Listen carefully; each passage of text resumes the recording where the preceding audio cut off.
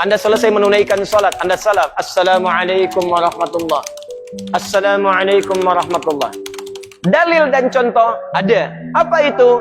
Begitu selesai, Quran surah keempat ayat 103. Fa idza qadaytumus salata fadhkurullaha. Maka jika Anda tuntas mengerjakan salat, berzikirlah kepada Allah. Hadis Muslim hadis 593. Astaghfirullah, astaghfirullah, astaghfirullah. Setelah itu lanjutkan, Allahumma antas salam, minkas salam, tabaraka ya dzal jalali wal ikram, dan seterusnya sampai 597. Jadi setelah salat adalah zikir. Baik, Assalamualaikum warahmatullah. Assalamualaikum warahmatullah. Tiba-tiba tangan disodorkan untuk salaman. Kanan dan kiri. Boleh tidak? Untuk menentukan boleh dan tidak, tadi kaidahnya. Lihat, ini sederhana.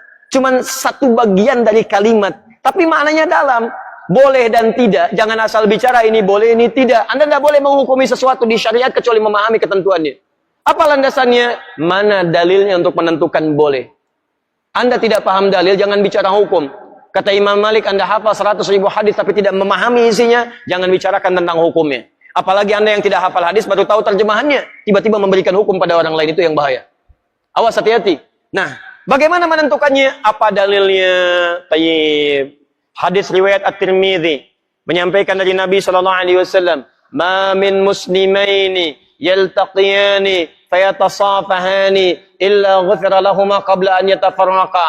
Tidaklah dua orang muslim bertemu dimanapun kapanpun. Catat kalimat itu. Dimanapun kapanpun. Mau di dalam masjid, mau di luar masjid, mau di kantor, mau di rumah, kapanpun dalam kondisi yang dibenarkan. Mau setelah sholat, mau di luar sholat, yang dibenarkan. Karena di dalam sholat gak mungkin. Allahu Akbar, Allahu Akbar. Mustahil. Dalam kondisi yang dibenarkan. Ba'da sholat, Assalamualaikum, Assalamualaikum. Di luar masjid, fayatasafahani, tiba-tiba keduanya bersalaman. Salaman. Ghufira lahuma qabla an yatafarraqa. Maka diampuni dosa-dosa yang pernah melekat pada keduanya. Pada keduanya. Ini pernah membicarakan keburukan pada orang ini pernah berprasangka yang tidak baik, tiba-tiba salaman. Tapi salamannya menggunakan tasafah. Dari kata safaha, sesuatu yang lapang hatinya. Jadi ketika bersalaman itu ada kelapangan dalam hati. Masya Allah, salaman. Maafkan Pak ya, kalau selama ini ada yang khilaf, saya juga sama. Jadi lapang suasana hati. Itu begitu belum lepas ini, digugurkan dosa-dosa yang pernah melekat di antara keduanya. Ingat kalimatnya itu tajam, bukan salaman biasa. Kalau cuman begini, satu nengok ke barat, satu ke timur, masyriq wal maghrib, nambah dosa.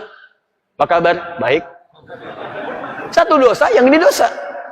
Jadi begitu Anda salaman, fayatasafahani, lapang hati, ghufira lahuma qabla an yatafarraqa, turun ampunan Allah pada keduanya sebelum dia berpisah. Begitu berpisah, sudah tidak membawa dosa di antara keduanya. Baik. Sekarang persoalannya, Assalamualaikum warahmatullah. Assalamualaikum warahmatullah. Tiba-tiba salaman. Tek kanan, tek kiri. Dalilnya ada yang tadi. Karena hadis tadi tidak membatasi. Mau ba'da sholat, mau di luar masjid, mau jadi dari sholat, yang penting salaman. Boleh tidak? Boleh kalau bicara dalil, itu boleh. Cuman persoalannya, contoh tidak ada. Kaidah mengatakan kalau tidak ada contoh, ya tidak ada masalah. Yang penting ada dalil. Karena patokannya dalil ada. Karena tidak setiap kesempatan Nabi mencontohkan itu. Dalilnya ada. Tapi kaidah mengatakan, kalau dalil plus contoh bertemu dalil tanpa contoh, maka dahulukan dalil plus contoh. Dan akhirkan dalil tanpa contoh. Paham? Di begitu, Assalamualaikum warahmatullah. Assalamualaikum warahmatullah. Anda zikir terlebih dahulu. Astaghfirullah, astaghfirullah, astaghfirullah. Allahumma antas salam, minkas salam, tabarakta ya dzal jalali dan ikram. Selesai. Assalamualaikum akhi. Assalamualaikum akhi. Masya Allah. Taqabbalallahu minna wa minkum. Assalamualaikum. Makanya Nabi selesai salat, beliau bersalaman. Sahabat mengejarnya. Ada Anas mengejar Nabi, dan sebagian mengejar Nabi, salaman mengejar Nabi SAW. Hadisnya sahih. Bahkan di Al-Bukhari. Paham ya? Jadi tidak ada masalah teman-teman sekalian, tapi kita paham fikih prioritas. Kecuali ada orang yang belum paham. Tiba-tiba Anda sedang berzikir, astagfirullah, astagfirullah. Tiba-tiba tangannya begini kepada Anda. Anda sedang berzikir, tangan sahabat Anda diulurkan kepada Anda seperti ini. Assalamualaikum. Mana hukumnya? Menjawab dulu salaman, atau Anda kemudian meneruskan zikir Anda? Assalamualaikum. Astagfirullah. Hati-hati. Setiap penghormatan pada seseorang, maka kaidahnya menjawab penghormatan itu wajib hukumnya, didahulukan dibandingkan meneruskan sunnah yang dilakukan. Menyampaikan salam sunnah, menjawab salam wajib hukumnya. An-Nisa ayat 86. Wa idza huyyitum bi tahiyyatin fahayyu bi ahsana minha wa radduha. Jika Anda diberikan penghormatan dalam bentuk salam kalimat atau dalam bentuk ekspresi atau dalam bentuk gestur, maka wajib Anda meresponnya dengan yang lebih baik daripadanya.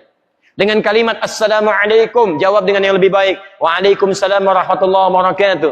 Assalamualaikum warahmatullahi wabarakatuh. Waalaikumsalam warahmatullahi wabarakatuh. Menyampaikan sunnah, menjawab wajib hukumnya. Maka dalam keadaan Anda berzikir, ada orang menyodorkan tangan, respon tangannya. Waalaikumsalam. Zikir, astagfirullah, astagfirullah. Merespon, please ada nilai dakwah di dalamnya. Paham ya? Assalamualaikum. Astagfirullah. Cari masalah Anda. Cari masalah. Gak direspon. Jenggot baru 3 nggak ngerespon. Jadi ke jenggot lah dia. Apa hubungan salaman dengan jenggot? Yang salaman tangan, yang disoal jenggot. Jadi sudahlah, ya hal-hal yang tidak penting lupakan aja gitu kan.